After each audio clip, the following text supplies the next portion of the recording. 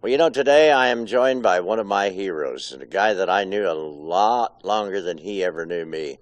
Everybody in the world knows 16-time world champion Jim Shoulders. Jim, thanks for being here. Well, I appreciate getting to come, Hadley. There have been a lot of things changed in rodeo. A lot of things stay the same, and you've been asked a million questions about them. But I'm going to go a little different direction on you today. You became an icon in rodeo. And there are a lot of people that have been... I wonder what that paid. I don't know for sure. I'm not really sure whether it pays... I don't know for sure what that means. I do know... You're calling me, Hadley. There are a lot of guys like quarterbacks in football that gained all their notoriety by television. When you were at the top of your game, we didn't have very much television, did we? Very little. Maybe 3 or 4 national televised rodeos a year. Right. Would be about all, and they didn't, even at New York, they didn't televise New York, Madison Square Garden, or the big rodeos like they do nowadays, and it's been a little changes, all right. Well, and some would say a lot of your notoriety came from the national commercials that you made, but I got a little topic about that. If you weren't already a noted figure, why in the world did they want you on a national commercial? Well, they didn't want me on very many, I don't think. But anyway, no, I was very fortunate to get to do some quite a few different commercials. But it was really because of rodeo and winning the World Championships, and that was probably the main reason why that I got to I did some Ford commercials. I did, of course, been Wrangler and Justin forever, and then I got a good job selling Miller Lite beer with all those old has-been football players and baseball players, and they put this old has-been rodeo hand in there, and it was probably the got more notoriety and fame from the Miller Lite commercials. I can tell a real cowboy from the drugstore kind, clean across Texas. The way he wears his hat will tell you. And the beer that you drink's a surefire giveaway, too. A lot of us drink light beer from Miller. We love the taste, but we surely appreciate that it's got a third less calories than the regular kind. You see, you don't want to be filled up when you're out there punching doggies. Ain't that right, cowboy? I didn't punch that doggie. Light beer from Miller. Everything you always wanted in a beer, and less. I'd go through after Billy Martin and I did that one where Martin said he didn't punch that doggie. I'd go through an airport, and if I had one person come up and ask me or say, I didn't punch that doggie, and I never ever heard one of them come up and say, I didn't win a world's championship or I didn't do this. But the power of the TV is unbelievable. It is.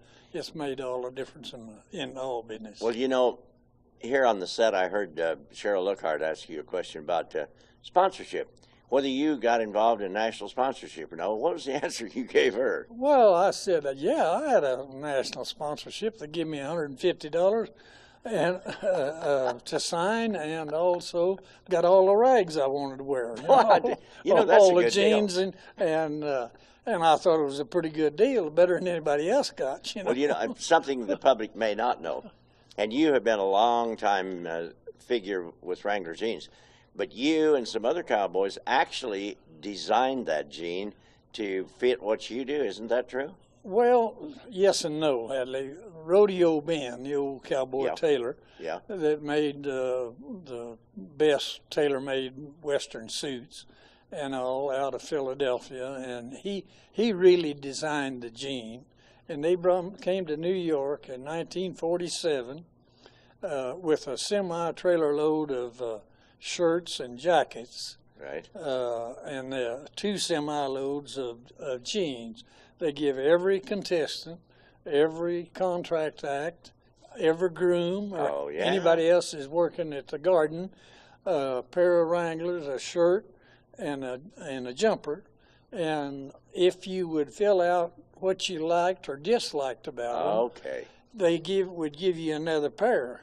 And of course, that's one way to get a cowboy to fill out the bookwork. Yeah, you know, he will do that. And that was how. And of course they said designed by the Champion Cowboys, but I told them I didn't like the depth of the pockets, but everything else was all right. But I wouldn't wear the shirt because it had Wrangler in big yellow letters across the back. Yeah. That big round. And look at mine now. There you go. You know, it's changed. But anyway, we that was how the Wrangler jean business got come, and they wanted to go in competition with Levi. At that time, Levi was the big jeans name, and when Bluebell, they were the world's largest maker of work and play clothes, and they wanted to go into jean business and get some of the Levi business.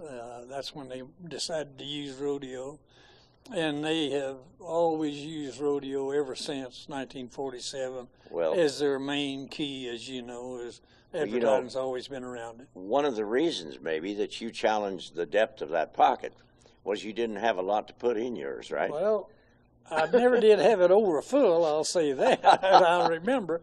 I've seen it, had it a lot of times when I was empty. Yeah, you're right. Yeah, but well, you know, I've seen so many great athletes be involved in the game, take all the benefits that it could offer them, and when they were done, they walked away from it, had no concern about the future or yesterday or tomorrow or whatever the case would be. You have spent all of your life staying in the game and helping support it, encouraging young people, and is it just something in your blood, or is that the way you truly feel about it? I guess I don't know anything else, Hadley, to tell you the truth about it. No, Rodeo has been awfully good to me. I raised 4 good kids and managed to buy a ranch, and it's all actually because of my rodeo. And I won a little, but all right. But I've had a world of really good sponsors, and I had a blonde-headed gal that was a lot of help. Yes, and you did. She raised me 4 good kids, and they loved rodeo, and Marvin, of course, rodeo, win some.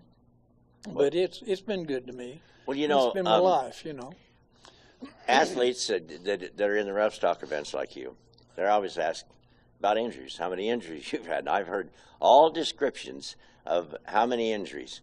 But I heard you answer a person in Burwell, Nebraska last summer. I'd never heard that answer before. So what are the injuries that you've had that you remember? I skinned my finger one time, but I didn't do it on purpose. That's true. That's true. I don't. Hadley, I never tried to keep track.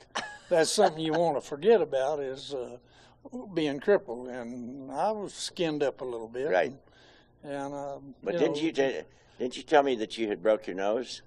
I've got my nose broken 7 places, but I try not to go in them kind of places anymore. That's what I thought you said. Right. I try to keep out of them kind of places. I'll tell you, this guy, there's so many sides to Jim's shoulders. I wish we had about 2 shows to apply totally to you, but keep doing what you've been doing, and keep that smile and that sense of humor. And this guy could have been a stand-up comedian, I'm telling you. Now you tell me that. It's too late, right? I thought you was going to say I could have been a rodeo announcer and not had to work. You know that I'm not going to enter that conversation with you. That, all right. Jim, thanks for joining us, and we'll see you up the road. All right. Be cautious. You got it.